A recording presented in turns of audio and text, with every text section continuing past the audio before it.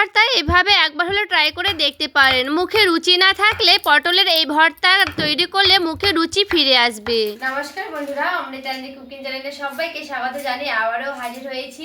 তো যে সকল বন্ধুরা ইউটিউব চ্যানেল থেকে দেখছেন তারা প্লিজ চ্যানেলটিকে সাবস্ক্রাইব করে আমার পাশে থাকবেন, আর যারা ফেসবুক থেকে দেখছেন তারা পেজটাকে ফলো করে রাখবেন।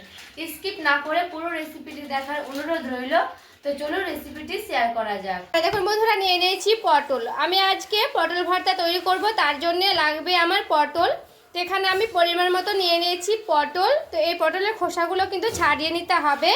দেখুন আমি একটা পটল নিয়েছি, তো পটলটা আমি এভাবে কেটে নিচ্ছি। দেখুন হালকা করে খোসাটা ছাড়িয়ে নিতে হবে, পুরোটাই কিন্তু খোসা না ছাড়ালেও হবে, যেহেতু কিন্তু খোসারও ভর্তা খাই বন্ধুরা, খেতে ভালো লাগে খোসারও ভর্তা। তো হালকা করে এভাবে আমি একটু করে কেটে নিচ্ছি খোসাটাকে।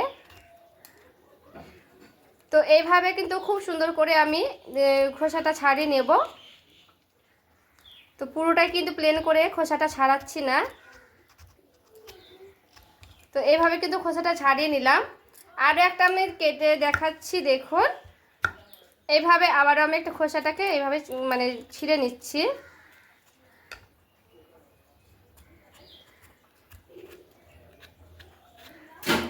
তো এইভাবে কিন্তু আমি অল্প অল্প করে খোসাটাকে ছাড়িয়ে নিচ্ছি, সাইডগুলো। তো এইভাবে আমি খুব ভালো করে খোসাগুলোকে এইভাবে আমি ছিলে নিচ্ছি পটলের, তারপরে ফিরে আসছি। এরপরে আমি পটলটাকে দেখুন এইভাবে কেটে নিচ্ছি। তো একটু মিহি মিহি করে কেটে নিব।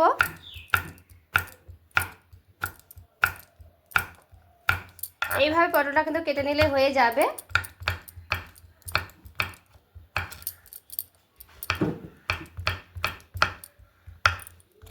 তো এখানে আমি সবগুলোই পটল কিন্তু এভাবেই কেটে নেব। আর পটলটা দেখুন কত সুন্দর, কিন্তু একেবারে কচি আছে। এরকম নরম নরম পটল হলে কিন্তু ভর্তা খেতে খুবই ভালো লাগবে বন্ধুরা। তো এইভাবে আমি সবগুলো পটল কেটে নিচ্ছি, তারপরে ফিরে আসছি। আর এখানে দেখুন পটলটা আমার খুব ভালো করে কিন্তু কাটানো হয়ে গেল। এরপরে পটলটাকে খুব সুন্দর করে ধুয়ে নিতে হবে। এরপরে দেখুন খুব ভালো করে আমি ধুয়েও নিচ্ছি পটলটা। একটু পরিষ্কার করে কিন্তু ধুয়ে নিতে হবে, খুব সুন্দর করে কষলে কষলে। এইভাবে কিন্তু দুইবার আমি জল পাল্টে পাল্টে ধুয়ে নিচ্ছি, তারপরে ফিরে আসছি। এবার আমি ধুয়ে নিয়ে চলে এসেছি পটলগুলোকে। দেখুন কতগুলো কিন্তু হয়েছে। এখানে দেখুন আমি একটা কড়াই বসিয়ে নিয়েছি, কড়াই দিয়ে দিচ্ছি সরিষার তেল। তেলটা দেখুন খুব ভালো করে কিন্তু গরম করে নিতে হবে। এইভাবে কিন্তু গরম হয়ে গেছে তেলটা। এরপরে কেটে রাখা পটলগুলো দিয়ে দেব।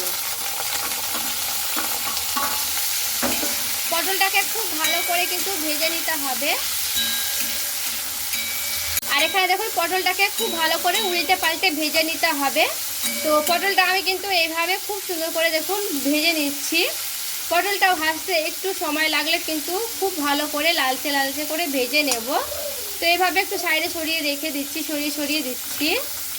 আর দেখুন বন্ধুরা, এখানে পটলটা আমি এইভাবে ভেজে নিচ্ছি। আর পটলটা দেখুন খুব সুন্দর কিন্তু সেদ্ধ হয়ে গেছে। তো পটলটা কিন্তু এইভাবে খুব ভালো করে ভেজে নিলে হয়ে যাবে। তো এরপরে আমি তেলগুলো হালকা করে এইভাবে ছেঁকে ছেঁকে তুলে নিচ্ছি। আর এখানে দেখুন সবগুলো পটল কিন্তু আমার খুব ভালো করে তুলানো হয়ে গেছে। এরপরে কড়াইয়ে সামান্য করে দিয়ে দিচ্ছি সরিষার তেল। পরে একটা মাছ নিয়েছি, দেখুন রুই মাছের পিস, এরপরে দিয়ে দিলাম। মাছটাকে কিন্তু খুব ভালো করে ভেজে নিতে হবে। এরপর দেখুন এইভাবে আমি হালকা করে উল্টে নিচ্ছি। তো এই পিসটাও কিন্তু খুব ভালো করে ভেজে নেব।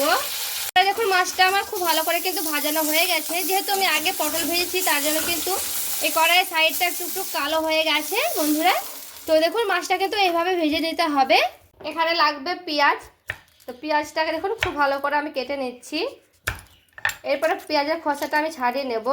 আর এখানে দেখুন পেঁয়াজটা আমি খুবই মিহি মিহি করে কেটে নিচ্ছি। একেবারে কিন্তু মিহি মিহি করে কেটে নিতে হবে পেঁয়াজগুলোকে। তো দেখুন এখানে আমি এইভাবে কেটে নিচ্ছি।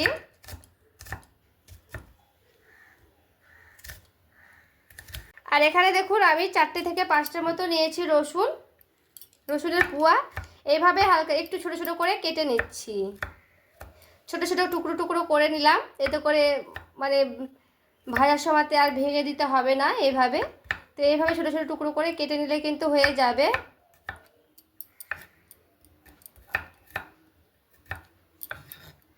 দেখুন নিয়েছি কাঁচা লঙ্কা।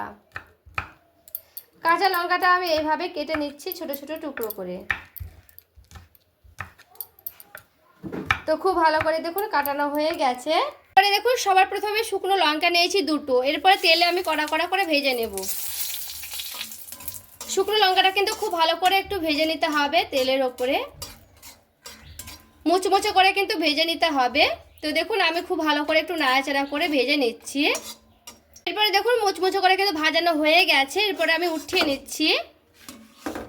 এরপরে প্রথমে দিয়ে দিচ্ছি সে পেঁয়াজ কাটাগুলো। পেঁয়াজটা কিন্তু খুব ভালো করে লাল লাল করে ভেজে নেব। তো এইদিকে আমার পেঁয়াজটা ভাজতে ভাজতে ওইদিকে আমি মাছের কাঁটাগুলোকে বেছে নেব। তো চলুন মাছের কাঁটাগুলোকে বেছে নিচ্ছি, আর এইদিকে আমার পেঁয়াজটা ভাজতে থাকুক। এদিকে দেখুন আমি ভেজে নিয়ে চলে এসেছি। তো চলুন মাছের কাঁটাগুলোকে আগে বেছে নিতে হবে। তো এখানে আমি মাছের কাঁটাগুলোকে দেখুন খুব ভালো করে বেছে নিচ্ছি। এই মাছের কাঁটাগুলো কিন্তু খুব ভালো করে বাছানো যাবে। দেখুন একটু এইভাবে চেপে চেপে বেছে নিচ্ছি, তাতে কিন্তু আমি কাঁটাগুলো পেয়ে যাচ্ছি। তো একটু সাবধানে কিন্তু করতে হবে, কাঁটাগুলো যেন হাতে না লেগে যায় তার জন্য। তো এখানে মাছটা কিন্তু হালকা গরম রয়েছে, তবুও কিন্তু আমি এইভাবে খুব ভালো করে কাঁটাটাকে বেছে নিচ্ছি দেখুন। আর এই কাঁটাগুলো সাইডে আমি রেখে দিচ্ছি, মানে ফেলে দেব। তো এইভাবে খুব ভালো করে আমি কাঁটাটা বেছে নিচ্ছি মাছের। এখানে দেখুন খুব ভালো করে কিন্তু মাছের কাঁটাগুলো বাছানো হয়ে গেছে, আর কিন্তু কাঁটা নাই। এরপরে এই কাঁটাটা কিন্তু ফেলে দেবো। দেখুন পেঁয়াজটা আমার খুব ভালো করে কিন্তু ভাজানো হয়ে গেছে, আর এই কড়ার গায়ে দেখুন খুব একটু কালো কালো হয়ে গেছে, যেহেতু আমি পটল ভেজেছি তার জন্য। তো কেউ কিছু মনে করবে না প্লিজ। তো এরপরে আমি দিয়ে দিচ্ছি রসুন আর নিচ্ছি কাঁচা লঙ্কা। এইগুলোকে দিয়ে আমি একটু মানে হালকা করে একটু ভেজে ভেজে নেব, বেশি করে কিন্তু ভাজতে হবে না, হালকা ভেজে নিলে হয়ে যাবে। এখানে দেখুন পেঁয়াজ আর লঙ্কাটা আমার একটু ভাজা ভাজা হয়ে গেছে। তো এখানে আমার কিন্তু এইভাবে ভেজে নিতে হবে। তো এখানে আমার লাগবে কালো জিরা। তো এখানে আমি 1 চামচের মতো দিয়ে দিচ্ছি কালো জিরা। এবারে কালো জিরাটা দিয়ে হালকা করে একটু ভাজা ভাজা করে নিচ্ছি। আমি অল্প পরিমাণে দিয়ে দিচ্ছি লবণ, মানে যেমন পরিমাণে লাগবে ভর্তাটা সেরকম পরিমাণে কিন্তু আমি লবণটা দিয়ে দিলাম। দিয়ে দিচ্ছি সামান্য করে হলুদের গুঁড়া, কারণ হলুদের গুঁড়াটা দিলে কালার লাগবে, ভালো লাগবে দেখতে। এরপরে খুব ভালো করে দেখুন এইভাবে আমি নাড়াচাড়া করে নিলাম। একটু ভাজা ভাজা করলেই হবে, যেহেতু হলুদের গন্ধটা যেন চলে যায় সেরকম ভাবে হালকা ভাজা ভাজা করে নিলে কিন্তু হয়ে যাবে। আর পেঁয়াজটা এরকম কিন্তু ফ্রাই করতে হবে, খুব একটা মুচমুচে কিন্তু না করলেও হবে। তো এইভাবে কিন্তু আবার খুব ভালো করে নাড়াচাড়া করানো হয়ে গেছে।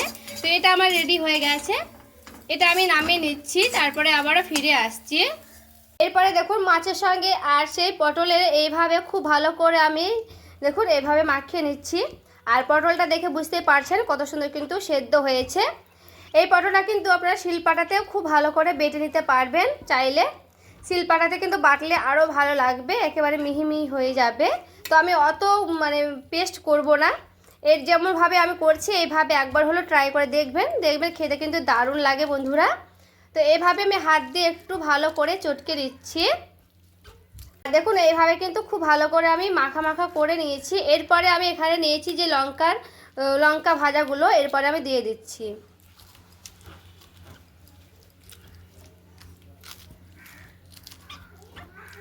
তো আমি এখানে 2টো লঙ্কা দিয়েছি, আপনারা চাইলে কিন্তু বেশিও দিতে পারবেন। এবার আমি দিয়ে দিচ্ছি সেই লঙ্কা আর পেঁয়াজ ভাজাগুলো আর রসুন ভাজা। এরপরে খুব ভালো করে এইভাবে আবারও আমি মাখিয়ে নিচ্ছি সবগুলোর সঙ্গে। এইভাবে খুব ভালো করে কিন্তু একটু মাখিয়ে নিতে হবে। আর পটলটা কিন্তু খুব ভালো করে সেদ্ধ করে নিতে হবে। এই যে দেখুন খুব ভালো করে কিন্তু সেদ্ধ হয়ে গেছে, পটলটা কিন্তু খুব সুন্দর করে সেদ্ধ করতে হবে, যেন মুখে দিলেই কিন্তু মিলিয়ে যায় এইভাবে। তো এইভাবে খুব ভালো করে দেখুন মাখানো হয়ে গেছে। এরপরে দেখুন সব শেষে দিয়ে দিচ্ছি একটা আলু। এখানে আমি একটা ছোট সাইজের সেদ্ধ করা আলু নিয়েছি, এরপরে আমি ম্যাশ করে দিয়ে দিচ্ছি। এতে করে ভর্তাটা কিন্তু আরও 2 গুণ হয়ে যাবে, খেতে দুর্দান্ত লাগবে। তো দেখুন এইভাবে আবারও আমি আলুর সঙ্গে একটু ভালো করে মিশিয়ে নিচ্ছি। এখানে চাইলে আলুটা দিতেও পারবেন, না চাইলে কিন্তু নাও দিতে পারেন।